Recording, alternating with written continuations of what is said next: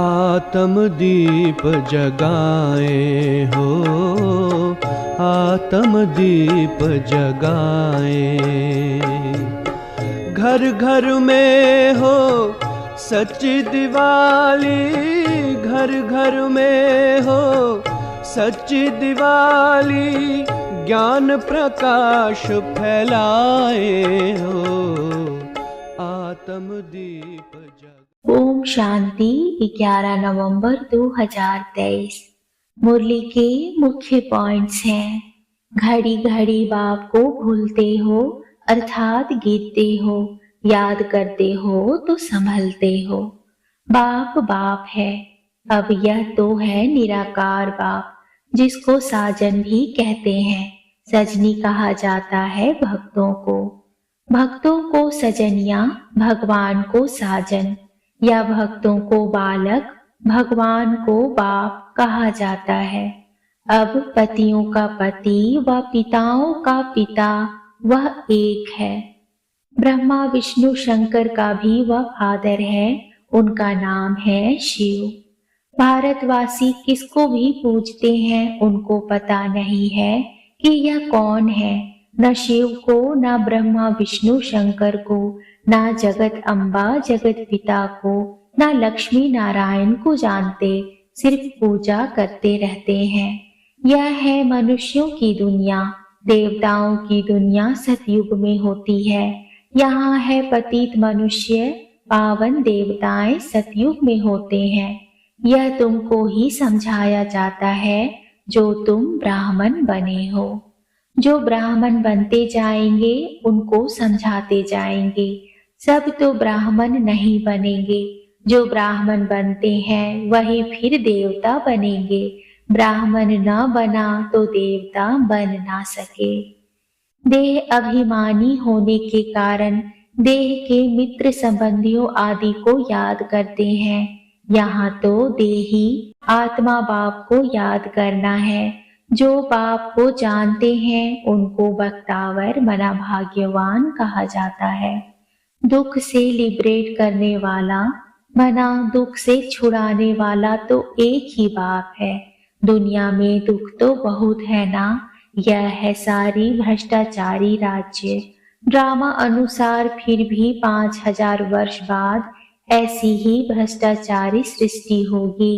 फिर बाप आकर सतयुगी श्रेष्ठाचार स्वराज्य स्थापन करेंगे। बाप सभी का गाइड बन सबको दुख से लिबरेट करते हैं। बाप ही है सारी ह्यूमैनिटी का लिबरेटर और गाइड। सब आत्माओं को वापस ले जाएंगे। आत्मा पतित होने के कारण वापिस जा नहीं सकती। निराकारी दुनिया तो पावन है ना। अब इन सब को पावन कौन बनाए जो निराकारी दुनिया में जा सके। गॉड फादर आकर बतलाते हैं कि मैं एक ही बार आता हूँ जब सारी दुनिया भ्रष्टाचारी बन जाती है। सतयुग में सिर्फ भारत ही था, अब इतने सबका विनाश होना है। कितनी गोलियां बारूद आदि बनाते रहते हैं एक दो को मारने के लिए। एक तो बॉम्ब्स बना रही हैं, दूसरे फिर नेचुरल कैलामिटीज, फ्लड्स, अर्थक्वेक आदि होंगी, बिजली चमकेगी, बीमार पड़ जाएंगे। क्योंकि खाद तो बननी है ना, गंद की ही खाद बनती है ना। तो इस सारी सृष्टि को खाद चाहिए जो फिर फर्स्ट क्लास उत्पत्ति हो। बाप कहते हैं मैं आकर दैवी राजधानी स्थापन करता हूँ और सब खत्म हो जाएंगे, बाकी तुम स्वर्ग में जाएंगे। बाप समझाते हैं यह ड्रामा बना हुआ है। गरीब के पास ठिक्कर ठोबर होगा, साहूकार के पास तो इतने वैभव होंगे। तुम सतयुग में साहूकार बनते हो तो तुम्हारे हीरे जवाहरों के महल होते हैं। वहां पर कोई गंदगी आदि नहीं होती, बांस नहीं होती, यहाँ तो बांस होती है, इसलिए अगरबत्ती आदि जगाई जाती है। वहां तो फूलों आदि में नेचुरल खुशबू रहती है, अगरबत्ती जलाने की दरकार नहीं पड़ती। उनको हेवन कहा जाता है, जिससे स्वर्ग का वर्षा मिलता है। ऐसे माता पिता को भूल जाना कैसी बदकिस्मती है, बाप आकर उच्चते उच्च बनाते हैं। ऐसे माता पिता की मत पर ना चले तो 100% मोस्ट अनलकी कहेंगे। पत्थर बुद्धि कुछ भी समझते नहीं, सारे दिन में 5 मिनट भी बाप को याद नहीं करते। 5 मिनट याद करेंगे तो इतना ही ताला खुलेगा, जास्ती याद करेंगे तो अच्छी रीति ताला खुल जाएगा। सारा मदार याद पर है। कोई कोई बच्चे बाबा को पत्र लिखते हैं, प्रिय बाबा व प्रिय दादा। अब सिर्फ प्रिय दादा पोस्ट में चिट्ठी डालो तो मिलेगी, नाम तो चाहिए ना, दादा दादियां तो दुनिया में बहुत हैं।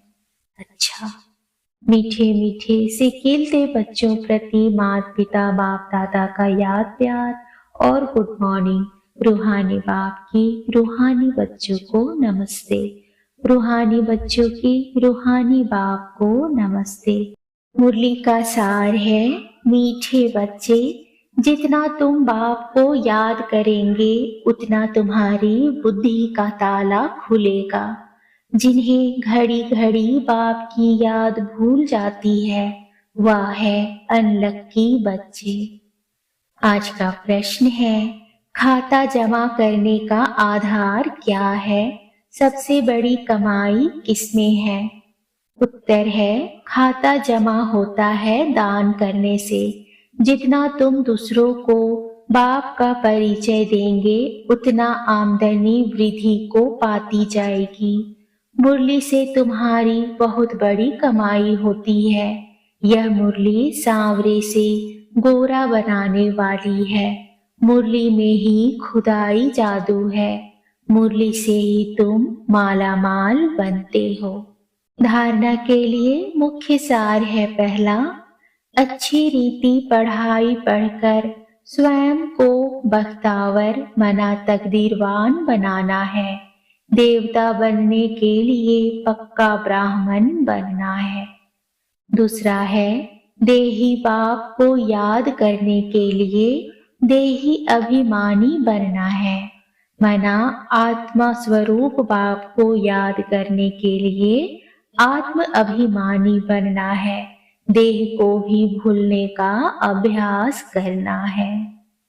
आज का वरदान है, सदा अपने को सारथी और साक्षी समझ देह भान से न्यारे रहने वाले योग युक्त भव।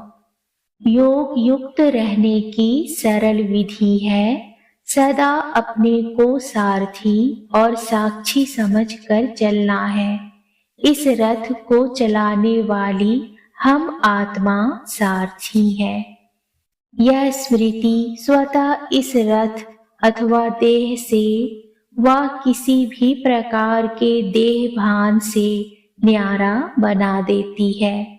देह भान नहीं तो सहज योग युक्त बन जाते और हर कर्म भी युक्ति युक्त होता है।